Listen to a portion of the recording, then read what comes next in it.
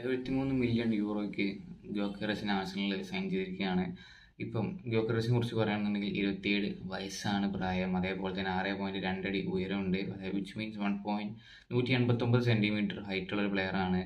ഇനി ഇദ്ദേഹത്തിൻ്റെ കരിയറിലേക്ക് വരികയാണ് നോക്കുകയാണെന്നുണ്ടെങ്കിൽ സ്വീഡനിൽ തന്നെയാണ് യൂത്ത് കരിയറിൽ സ്റ്റാർട്ട് ചെയ്തിട്ടുണ്ടായിരുന്നത്. പിന്നെ അതുപോലെ തന്നെ അത് കഴിഞ്ഞ ശേഷം ഈ പ്രോമൻ ബോച്ച്കാരനെ അങ്ങനെ എന്തോ ആണ് ആ ക്ലബിൻ്റെ പേര്, യൂത്ത് ടീമിൻ്റെ ക്ലബിൻ്റെ പേര് എന്ന് പറഞ്ഞു കഴിഞ്ഞാൽ. അവിടെ നിന്നിട്ടാണ് 2018 ബ്രൈറ്റണിൽ ജോയിൻ ചെയ്യുന്നത്. ബ്രൈറ്റണിൽ നിന്നിട്ട് അദ്ദേഹം ലോണിലേക്ക് പോവുകയാണ്. സ്വാൻസി, അതേപോലെ തന്നെ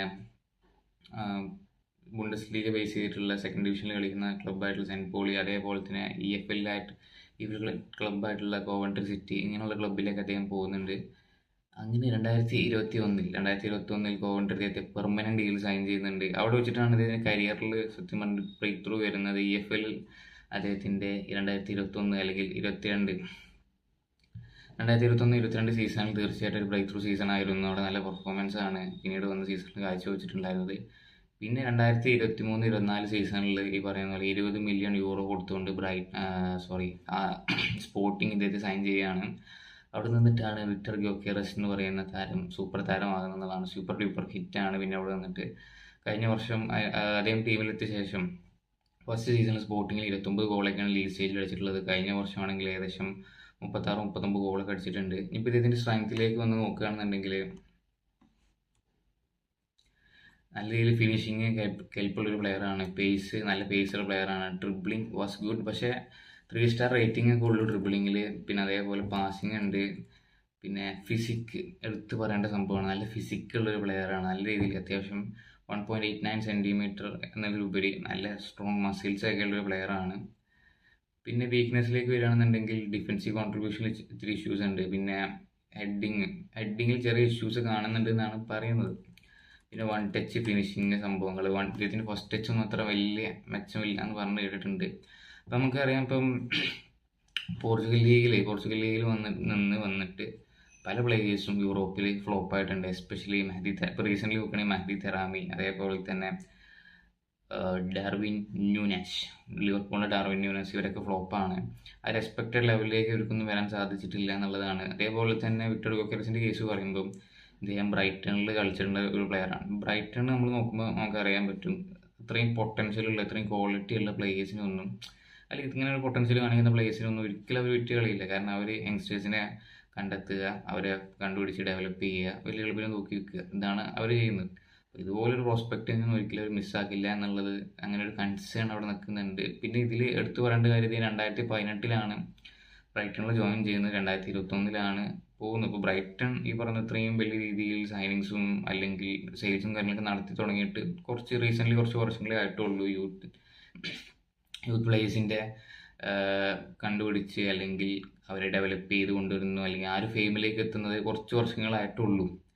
അപ്പോൾ അങ്ങനെ ഒരു സംഭവം കൂടി ഇതിലുണ്ട് എന്നുള്ളതാണ്. അതേപോലെ തന്നെ അദ്ദേഹത്തിൻ്റെ ഒരു 4 കൊല്ലം അത്യാവശ്യം നല്ല രീതിയിൽ സ്കോറിങ് കാര്യങ്ങൾ നടത്തിയിട്ടുണ്ട്. പക്ഷെ ഒരു ടോപ്പ് ലെവൽ ലീഗുകളിലല്ല, EFL ചാമ്പ്യൻഷിപ്പിലും അതേപോലെ തന്നെ പോർച്ചുഗീസ് ലീഗിലൊക്കെയാണ് അദ്ദേഹം ഗോൾ സ്കോറിങ് നടത്തിയിട്ടുള്ളത്. അപ്പോൾ അങ്ങനെ ഒരു കൺസേൺ ഉണ്ട്. പ്രീമിയർ ലീഗിലേക്ക് വരുമ്പോൾ പ്രീമിയർ ലീഗ് നമുക്കറിയാം വളരെ ഹൈ കോമ്പറ്റീറ്റീവ് ആയിട്ടുള്ള ഒരു ലീഗാണ് പ്രീമിയർ ലീഗ് എന്ന് പറഞ്ഞു കഴിഞ്ഞാൽ. അവിടേക്കാണ് വരുന്നത്. ഇനിയിപ്പോൾ ആർസണൽ സൈഡിൽ നിന്ന് പറയുകയാണെന്നുണ്ടെങ്കിൽ ഇദ്ദേഹത്തിൻ്റെ സൈനിങ് തീർച്ചയായിട്ടും വളരെ മികച്ചു നിൽക്കുന്നൊരു സൈനിങ് ആണ്. ഇപ്പം ഇദ്ദേഹം ക്ലിക്ക് ആവുകയാണ് എന്നുണ്ടെങ്കിൽ, കാരണം ഇപ്പോൾ നമുക്കറിയാം ആർസണലിന് ഇപ്പം ഒബമയാങ്ങും ലെഗസിറ്റൊക്കെ പോയ ശേഷം അവരുടെ ലാസ്റ്റ് സീസൺ മുതൽ തന്നെ നമ്മൾ നോക്കിക്കഴിഞ്ഞാൽ കുറച്ച് വീക്കായിരുന്നു ഇവർ. പിന്നെ അത് കഴിഞ്ഞ ശേഷം പ്രോപ്പർലി നല്ലൊരു സ്ട്രൈക്കറിനെ കൊണ്ടുവരാനായിട്ട് ആർസണൽ സാധിച്ചിട്ടില്ല. ഗബ്രിയേൽ ജീസസ് ഉണ്ടായിരുന്നു, അതേപോലെ തന്നെ അവരുടെ തന്നെ എൻഗേറ്റ എന്ന് പറയുന്ന ഒരു പ്ലെയർ ഉണ്ടായിരുന്നു, അതേപോലെ തന്നെ കായ വാട്സ് എന്ന റോൾ കളിച്ചിട്ടുണ്ട്. പക്ഷേ ഇവരൊന്നും തന്നെ എക്സ്പെക്റ്റേഷന് മീറ്റ് ചെയ്യാനോ അല്ലെങ്കിൽ ടീമിന് ഒരു ഹൈ ഇമ്പാക്റ്റ് അല്ലെങ്കിൽ ഹൈ വോൾട്ടേജ് ഒന്നും കൊടുക്കാനായിട്ട് സാധിച്ചിട്ടുണ്ടായിരുന്നില്ല. അതേപോലെ തന്നെ അതുകൊണ്ടൊക്കെ തന്നെയാണ് ഈ ഒരു സൈനിങ്ങിലേക്ക് അവർ എത്തുന്നത്. അതേപോലെ തന്നെ 73 മില്യൺ യൂറോ ആണ് കിട്ടുന്നത്. കഴിഞ്ഞ വർഷം UCL വളരെ പ്രൂവണാണ്. പിന്നെ ഇദ്ദേഹത്തിൻ്റെ മറ്റൊരു പ്രത്യേകത എന്ന് പറഞ്ഞു കഴിഞ്ഞാൽ പെനാൽറ്റി കൺവേർഷൻ റേറ്റ് വളരെ ഹൈ ആണ്. കരിയറിൽ ഇതുവരെ 38 പെനാൽറ്റി എടുത്തിട്ടുണ്ട്, അതിൽ 34 ഗോളാണ്. അങ്ങനെ ഒരു ഹൈ ക്വാളിറ്റി ഉണ്ട് എന്നുള്ളതാണ്. ഓവറോൾ നോക്കുമ്പോൾ ഇതൊരു നല്ല സൈനിങ് ആണെന്ന് ചോദിച്ചു കഴിഞ്ഞാൽ ഇറ്റ്സ് ഒരു എന്താ പറയുക, ക്ലിക്കായാൽ നല്ലതാണ്, ഫ്ലോപ്പായാൽ ഫ്ലോപ്പായി എന്നുള്ളത് പറയാൻ പറ്റുന്നതാണ്. കാരണം നമുക്കറിയാം ഇത് പോർച്ചുഗീസ് ലീഗിൽ നിന്നിട്ടാണ് അദ്ദേഹം വരുന്നത്. പക്ഷേ ഓവറോൾ നോക്കുകയാണെന്നുണ്ടെങ്കിൽ UCL നല്ല പെർഫോമൻസ് കൊടുത്തിട്ടുണ്ട്. അതേപോലെ തന്നെ അവസാനം നടന്ന 4 വർഷവും നല്ല പെർഫോമൻസ് ആണ്. പിന്നെ ഇപ്പോഴത്തെ മാർക്കറ്റ് നോക്കുകയാണെന്നുണ്ടെങ്കിലൊക്കെ തന്നെ നമ്മൾ നോക്കുമ്പോൾ സ്ട്രൈക്കറിന് നോക്കുമ്പോൾ ഈസ് എ ബെസ്റ്റ് ഓപ്ഷൻ. അപ്പം അങ്ങനെയൊക്കെ നോക്കുമ്പോൾ അത്ര വലിയൊരു സംഭവമൊന്നും അല്ല, നഷ്ടമൊന്നുമില്ല എന്നുള്ളതാണ്. പിന്നെ നമുക്ക് അർട്ടേറ്റയുടെ അണ്ടറിൽ നോക്കുമ്പോൾ അങ്ങനെ ഫ്ലോപ്പ് അടിച്ച സൈനിങ്ങുകളും വളരെ കുറവാണ്. അപ്പോൾ ഇദ്ദേഹത്തിൻ്റെ സൈനിങ്ങിൽ ഒരു കൺസേൺ എന്ന് പറഞ്ഞു കഴിഞ്ഞാൽ ഇദ്ദേഹം പോർച്ചുഗീസ് ലീഗിൽ നിന്നാണ് വരുന്നത്. അതാണ് മെയിൻ കൺസേൺ എന്ന് പറഞ്ഞു കഴിഞ്ഞാൽ. പിന്നെ പലരും മെൻഷൻ ചെയ്യുന്നത് ഈ ബ്രൈറ്റൻ്റെ കേസാണ്. പക്ഷെ എനിക്ക് തോന്നുന്നത് ബ്രൈറ്റൺ ഈ 2021 ആയപ്പോൾ ബ്രൈറ്റൺ വിട്ടുപോയ പ്ലെയറാണ്. ബട്ട് സ്റ്റിൽ അതൊരു നമുക്ക് വേണമെന്ന് അങ്ങനെ പറയാം. കാരണം 2021 ആകുമ്പോഴാണ് ഈ പ്രൊജക്റ്റും അല്ലെങ്കിൽ ഈ യങ്സ്റ്റേഴ്സിൻ്റെ സംഭവങ്ങൾ കാര്യങ്ങളൊക്കെ ഭയങ്കര ഫെയിമിലേക്ക് പതുക്കെ വന്നു തുടങ്ങുന്നത്. അപ്പോൾ എനിവേ അങ്ങനെയുള്ള സംഭവങ്ങളൊക്കെ ഇതിൽ നിൽക്കുന്നുണ്ട്. ഇത് സിൻ സൈനിങ് റിലേറ്റ് ചെയ്തിട്ടുള്ളതാണ്. അപ്പം നിലവിൽ നോക്കുകയാണെങ്കിൽ ഒരു നല്ല സൈനിങ് ഒക്കെ തന്നെയാണ്. ഈ പറയുന്ന പോലെ അർട്ടേറ്റയ്ക്ക് ക്ലിക്കാക്കി എടുക്കാൻ പറ്റും എന്നുള്ളതാണ്. പിന്നെ ഇനിയിപ്പോൾ പ്രത്യേകിച്ച് അർട്ടേറ്റയ്ക്ക് റീസണോ കാര്യങ്ങളൊന്നും പറയാനില്ല. ചെൽസി ഇപ്പോൾ നിലവിൽ UEFA കോൺഫറൻസ് കപ്പ് അതേപോലെ തന്നെ ക്ലബ് വേൾഡ് കപ്പ് ഇതൊക്കെ അടിച്ചു കഴിഞ്ഞു. മീൻ വയൽ ആർസണൽ ഇപ്പോഴും ആ കമ്മ്യൂണിറ്റി ഷീൽഡും അതേപോലെ തന്നെ മുമ്പുള്ള 2020-21 നേരിട്ടുള്ള FA കപ്പ് മാത്രമാണ് അവർക്കുള്ള നേട്ടം എന്ന് പറഞ്ഞു കഴിഞ്ഞാൽ. അപ്പോൾ അത് മറികടക്കണം. കാരണം ഇത്രയും സ്പെൻഡ് ഉണ്ട്. സുബമെൻഡി ഈ വർഷം വന്നു. മികച്ചൊരു ടീമാണ്, വെൽ ബാലൻസ്ഡ്, മികച്ചു നിൽക്കുന്ന ഒരു ടീമിലേക്ക് ആർസണൽ എത്തിച്ചിട്ടുണ്ട് എന്നുള്ളതാണ്. അപ്പം എന്തായാലും അർട്ടേറ്റയെ സംബന്ധിച്ച് വളരെ കീ ആയിട്ടൊരു സീസണാണ്. ഇതിൽ എന്തായാലും ട്രോഫി പ്രൊഡ്യൂസ് ചെയ്യേണ്ടതായിട്ടുണ്ട്. പക്ഷേ വളരെ കോമ്പറ്റീറ്റീവായിട്ട് വരാൻ പോകുന്ന സീസണാണ്. കാരണം കഴിഞ്ഞ വർഷം സിറ്റി ഡൗൺ ആണ്. സിറ്റി എന്തായാലും അത്യാവശ്യം സ്പെൻഡുകൾ കാര്യങ്ങൾ നടത്തിയിട്ടുണ്ട്. Still market is open.